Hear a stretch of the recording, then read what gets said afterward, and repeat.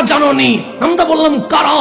সাই উজুহু আহলি সুন্নতি ওয়াল জামাআহ। বলছে ইয়াউমাল কিয়ামা, কিয়ামতের দিন মুসলমানদের দুই ভাগ করব।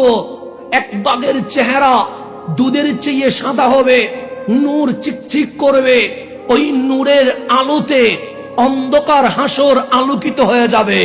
আর একটা ভাগ থাকবে, এটা বাম সাইডে থাকবে, এটা তাসওয়াদু উজুহুন, চেহারা নিগ্র হবে, কালো হবে, মলিন হবে। যেই কেউ দেখলে বুঝবে এটা জান্নাতি নয়, এটা জাহান্নামে যাবে। দল কয়টা? কে করছে?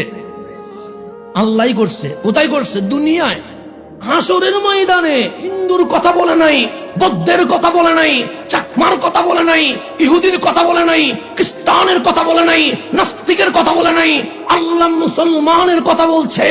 এখন আমার নবীরে জিজ্ঞেস করেন, ইয়া রাসূলুল্লাহ, যাদের চেহারা দুধের চেয়ে সাদা হবে, নূর বের হবে, জান্নাতি হবে, ওরা কারা?